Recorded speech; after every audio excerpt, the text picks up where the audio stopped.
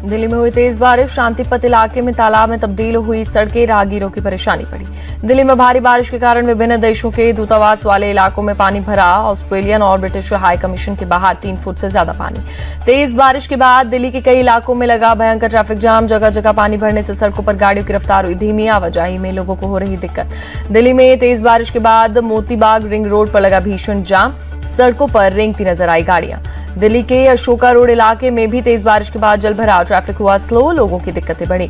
दिल्ली में सुबह में भारी बारिश के बाद कनॉट प्लेस इलाके में भी जलभराव, आउटर सर्कल की सड़कों पर पानी भरा। दिल्ली के सदर बाजार इलाके में एक शख्स की करंट लगने से मौत। बारिश के पानी में बिजली के तार पड़े होने से फैली थी करंट। देश के कई राज्यों में भारी बारिश का अलर्ट जारी। महाराष्ट्र, गुजरात में मौसम विभाग ने ऑरेंज अलर्ट किया जारी। एमपी और यूपी में भी तेज बारिश की संभावना। मूसलाधार बारिश की आशंका के चलते नवी मुंबई और पनवेल में सभी स्कूल कॉलेज बंद। रायगढ़ जिले के भी सभी स्कूल कॉलेजों में आज छुट्टी घोषित। पुणे में मूसलाधार बारिश से बाढ़ के हालात। एनडीआरएफ ने संभाला मोर्चा, लोगों को रेस्क्यू कर सुरक्षित जगह पहुंचाए। बद्रीनाथ राष्ट्रीय राजमार्ग पर कई स्थानों पर आया लैंडस्लाइड का मलबा। चमोली पुलिस ने ट्वीट कर कई जगह यातायात ठप होने की दी जानकारी। उत्तरकाशी में भारी बारिश के कारण यमुना नदी में जबरदस्त उफान के कारण जलस्तर बढ़ा। जलस्तर बढ़ने से जानकी चट्टी में बनी पार्किंग तक पहुंचा पानी। यमुनोत्री में भारी बारिश के बाद यमुना नदी में आई बाढ़। नदी किनारे बसे कई घर हुए क्षतिग्रस्त। भारी बारिश के चलते देहरादून में आज भी सभी स्कूल कॉलेज बंद। आईएमडी ने जारी किया बारिश का ऑरेंज अलर्ट। वडोदरा में कालाघोड़ा ब्रिज बंद किया गया। विश्वामित्री नदी का लगातार जलस्तर बढ़ने से सुरक्षा को देखते हुए किया गया बंद। कारगिल विजय दिवस की आज 25वीं वर्षगांठ। द्रास में कारगिल वॉर मेमोरियल में शहीदों को दी गई श्रद्धांजलि। परमवीर चक्र से सम्मानित रिटायर सूबेदार मेजर योगेंद्र सिंह यादव ने कारगिल युद्ध में शहीद हुए जवानों को दी श्रद्धांजलि। बोले, देश के लिए शहीद होने वाले सैनिकों पर देश को गर्व। पीएम मोदी आज दोपहर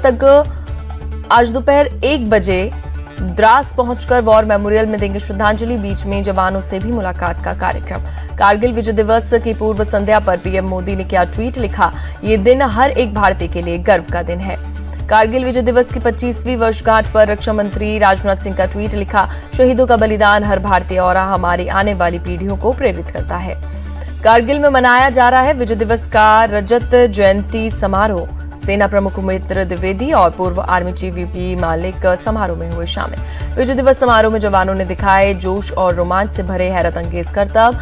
बाइकर्स ने तिरंगा लेकर किया bike performance. Kargil war memorial पर मौजूद सेना के सभी अफसर और जवानों ने शहीदों को दी श्रद्धांजलि। 543 दीप जलाकर शहीदों को याद किया गया। कारगिल वॉर मेमोरियल पर शौर्य संध्या का किया गया आयोजन। देशभक्ति गाने की धुन पर दीपक जलाकर हुई शौर्य संध्या की शुरुआत। शहीदों के परिजनों को किया गया सम्मानित। कारगिल विजय दिवस की पूर्व संध्या पर दिल्ली में बीजेपी अध्यक्ष जेपी नड्डा और सांसद तेजस्वी सूर्या ने जलाई मशाल, शहीदों को किया नमन।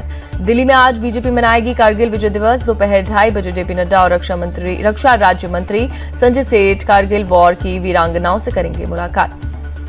कारगिल विजय दिवस पर गोरखपुर में भारतीय जनता युवा मोर्चा के कार्यकर्ताओं ने निकाली तिरंगा रैली। शहीद जवानों को दी श्रद्धांजलि। जयपुर में भी विजय दिवस की पूर्व संध्या पर निकाली गई मशाल रैली। बीजेपी के कार्यकर्ताओं ने शहीद जवानों को याद किया। बिहार बीजेपी में बड़ा बदलाव। सम्राट चौधरी प्रदेश अध्यक्ष पद से हटाए गए। दिलीप जायसवाल को मिली जिम्मेदारी।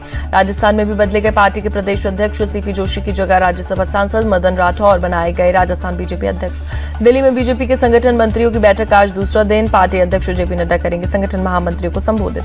यूपी सीएम योगी आदित्यनाथ आज शाम 5:30 बजे तक पहुंचेंगे दिल्ली। कल नीति आयोग की होने वाली बैठक में होंगे शामिल। सीएम योगी पीएम मोदी से करेंगे मुलाकात। गृह मंत्री अमित शाह और बीजेपी अध्यक्ष जेपी नड्डा से भी करेंगे मुलाकात। अखिलेश यादव ने आज सुबह 11 बजे सभी सपा विधायकों की मीटिंग बुलाई। विधानसभा में नेता प्रतिपक्ष के नाम पर होगी चर्चा। पटना में तेजस्वी यादव के आवास पर आरजेडी विधायक दल की बैठक।